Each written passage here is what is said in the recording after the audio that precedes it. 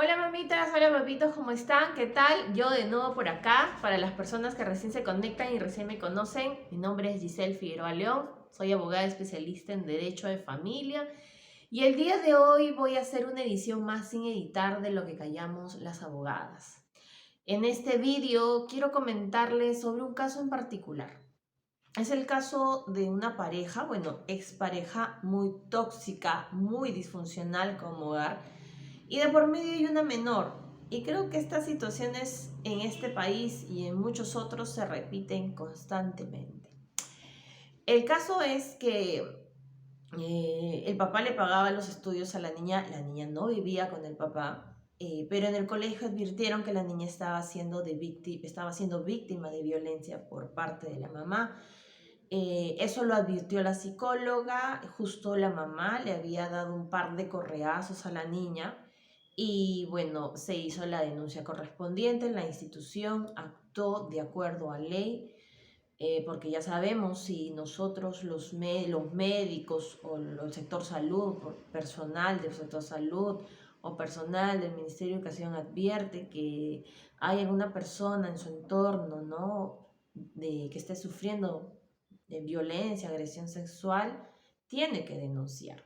Entonces, en ese contexto, el colegio denunció, el padre se apersonó, se quedó con la menor porque la menor la tenía la mamá, se hizo todo un proceso de violencia familiar, la niña arrojó en el certificado médico legista, no que sí, evidentemente había sido agredida, y durante ese pequeño proceso a nivel de juzgado de familia, de lo que son para obtener las medidas de protección, el papá se quedó con la niña. Pero en audiencia, en ese momento las audiencias eran físicas, no presenciales, íbamos al juzgado, la entregaron a la niña bajo medidas de protección, ¿no? A la mamá. Una de las medidas de protección, que el cese de toda violencia, como ya les comenté, en el tema de las medidas de protección siempre es lo que busca es eso, que la violencia cese. Pidió terapia para la niña, terapia para la mamá, incluso se corrió traslado a la unidad de protección especial del menor del Ministerio de la Mujer, que aunque pedí se apersone al proceso, que pedí haga las evaluaciones para ver la situación de la menor, nunca hasta el día de la audiencia no apareció. Eh, entonces, en ese contexto, se la dieron a la niña. Y la niña, pues en todo este tiempo, el papá ha visto cierto abandono por parte de la mamá, agresiones que se han evidenciado y razón por la cual el papá pidió la tenencia. ¿Por qué? Porque sentía que tenía que estar con su hija. Y pasó el tiempo, se presentaron sendos medios probatorios, incluso ahora último, y se lo digo y hago este vídeo a razón de eso, que se advirtió que la mamá consumía alcohol y la niña estaba siendo expuesta a situaciones de riesgo. La niña lo evidenció cuando se lo contó a la tía del papá, ¿no? Y se grabó, justo se tuvo la oportunidad y se grabó esa situación que la mamá aparentemente estaba haciendo ingresar a un hombre en estado de ebriedad, ella también, y dormían en la cama de la menor. Entonces yo lo presenté como un medio probatorio extemporáneo, el cual fue rechazado por el juzgado porque sentenció, bueno, resolvió que por un tema de los plazos que ya no correspondía, sin advertir que lo que estaba presentando era una información muy importante que salía de una menor.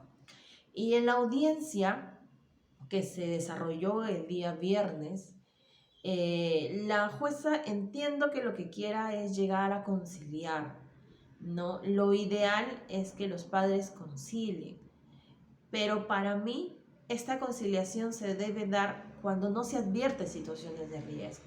Si bien el padre en su evaluación psicológica salió que era egocentrista, incluso tenía actitudes violentas, pues no era una persona que tenía ninguna enfermedad mental, era un ser humano y como todos los seres humanos podemos tener defectos, podemos ser egoístas, podemos ser narcisistas, podemos ser 50.000 cosas, pero eso no nos restringe de poder asumir una tenencia, ¿no? En mi concepto.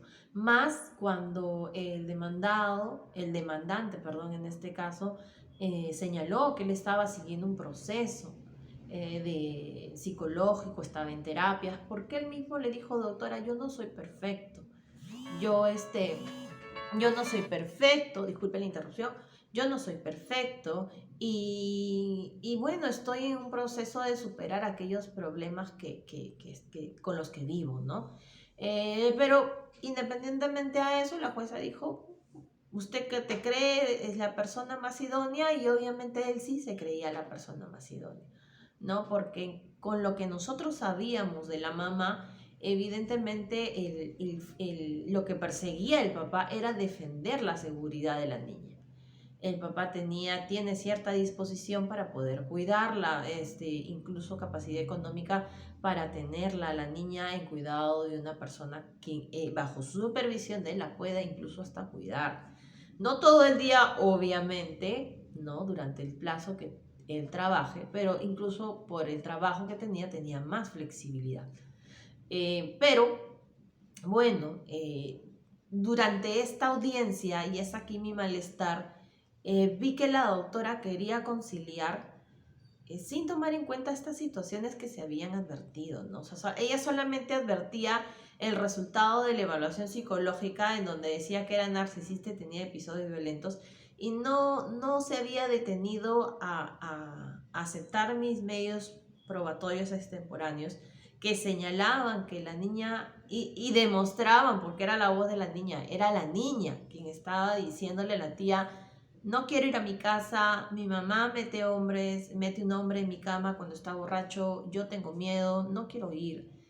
Entonces, sin valorarlo, ella quería llegar a una conciliación en el cual sí se empleaba un régimen de visitas, porque el señor tenía un régimen de visitas sábado y domingo, con externación, con pernocte incluso, ¿no? El pernocte es cuando la niña pasa la noche con el padre, quien no tiene la tenencia, y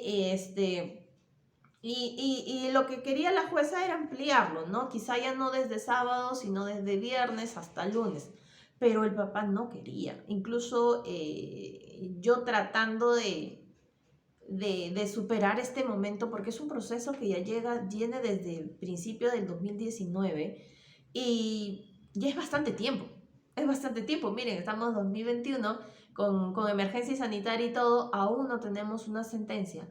Y yo lo que quería era pues arribar a un buen término para que la niña pueda verse protegida, pero también yo no me puedo imponer por más que aconseje al padre, por más que lo asesore, él quería la tenencia. Y es justo, también es correcto, porque no podemos catalogar solo con el pensamiento, sí, toda mamá es buena y por ende tiene toda la obligación de tener a la niña cuando existen estos casos especiales y ya muchas veces los he advertido, existen casos especiales en que desgraciadamente la mamá no cumple su rol de mamá, ni en el aspecto económico, ni en el aspecto emocional, ni en el aspecto de los cuidados. Entonces, en ese contexto, el papá me dijo, no, yo quiero la tenencia de mi hija y que por último la jueza sentencia, pero yo no voy a conciliar con ella.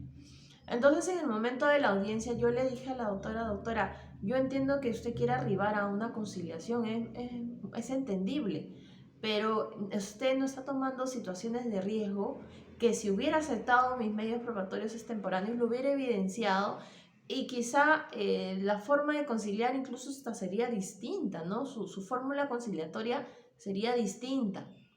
Pero bueno, no aceptó mi medio probatorio y quedó el documento expedito para sentenciar previa evaluación psicológica de la mamá y de la niña, quien en un primer momento se les ordenó, porque esta ya es una segunda vez, se le ordenó que pase evaluación psicológica ella y la niña y la mamá no cumplió. Estando notificada, teniendo el enlace con la psicóloga, no cumplió y se excusó en que no había citas, cuando la realidad no era esa. La realidad es que la psicóloga fue hasta ella en vez de que ella vaya a la psicóloga, pero no quiso. Entonces, esta situación me genera reflexiones, ¿no?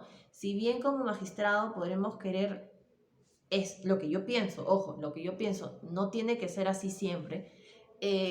Creo que si yo fuera magistrada y me presentan medios probatorios, debería aceptarlos, porque estamos hablando de un caso de tenencia en donde estas situaciones pueden evidenciar situaciones de riesgo que pueden cambiar hasta el futuro de la niña. Capaz la niña no quiera yo, estas circunstancias provoquen que ella sea de alguna forma agredida por terceras personas y eso sería lo peor. Eh, y eso es lo que yo como juez aceptaría. O sea, yo aceptaría los medios probatorios hasta el final antes de entrar a audiencia, porque cuando hablo de niñas y cuando hablo de temas de familia, las realidades van cambiando. La realidad que fue un inicio en el 2019, en donde quizá en ese momento la mamá, bueno, no lo sé, porque no soy ella, pero sí podría ser una buena madre. Y ahora puede haber cambiado por muchos factores psicológicos, emocionales, impactos. No quiere decir que siempre sea así y cada realidad es distinta, por eso lo digo.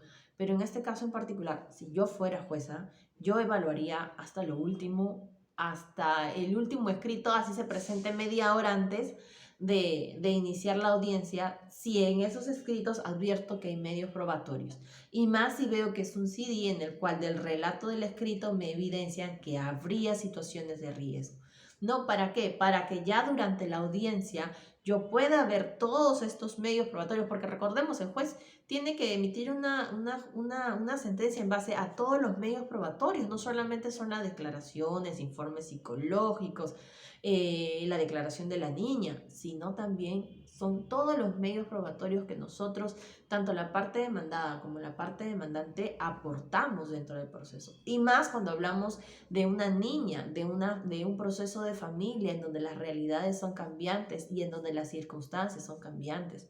Quien en los procesos de familia, quien pide la tenencia no siempre la va a tener. ¿Ok? ¿Por qué? Porque convergen muchos factores para que el juez pueda entregarle la tenencia, pero quien no tiene la tenencia tiene un régimen de visitas.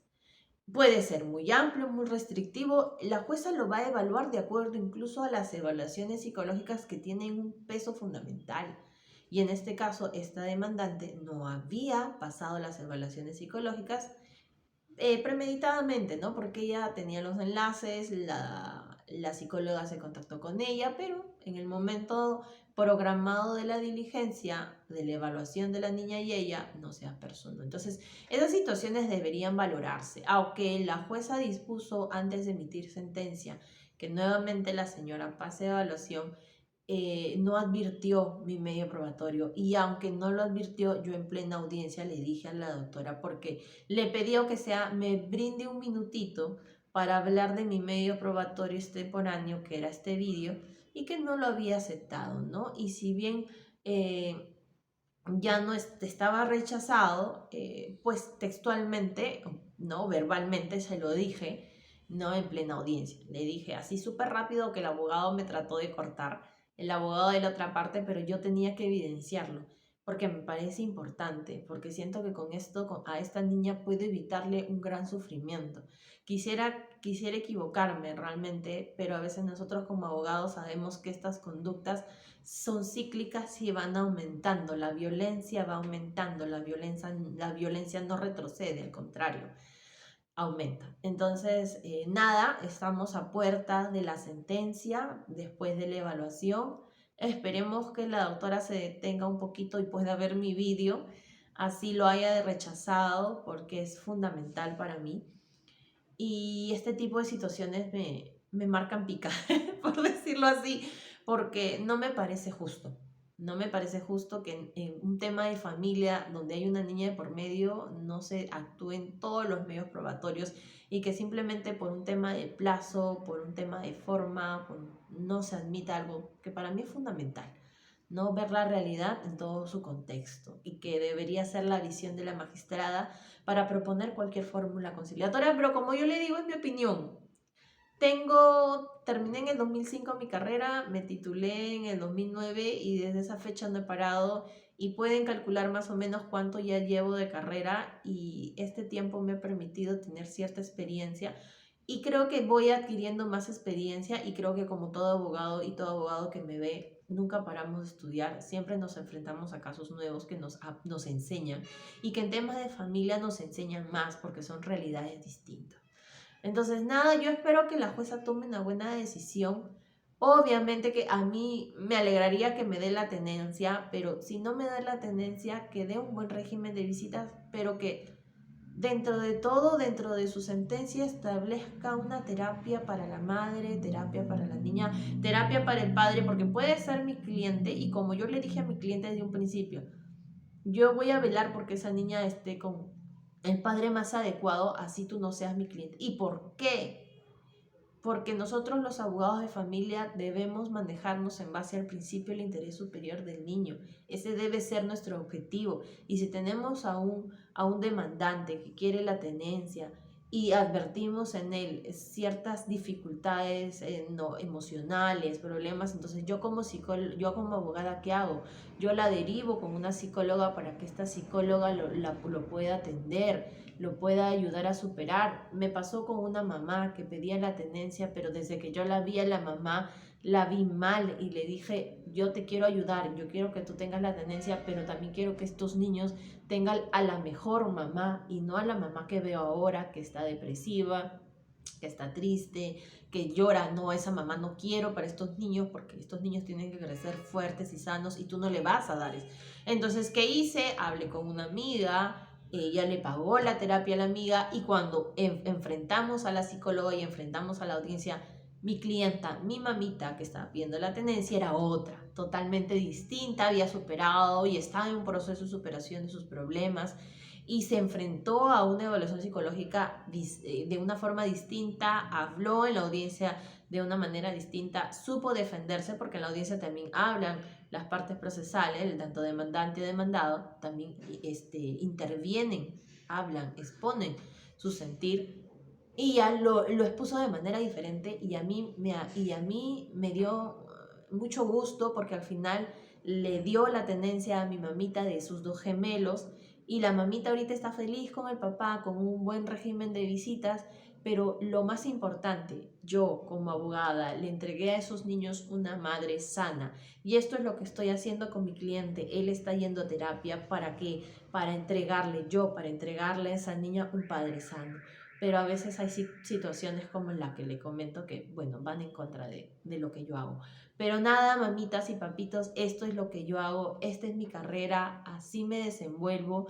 Quizá pueda gustar o no a muchas personas, pero siempre trato de trabajar lo mejor posible para el bien de los niños, para que reciban una pensión, para que tengan a su lado al padre más adecuado que los pueda ayudar.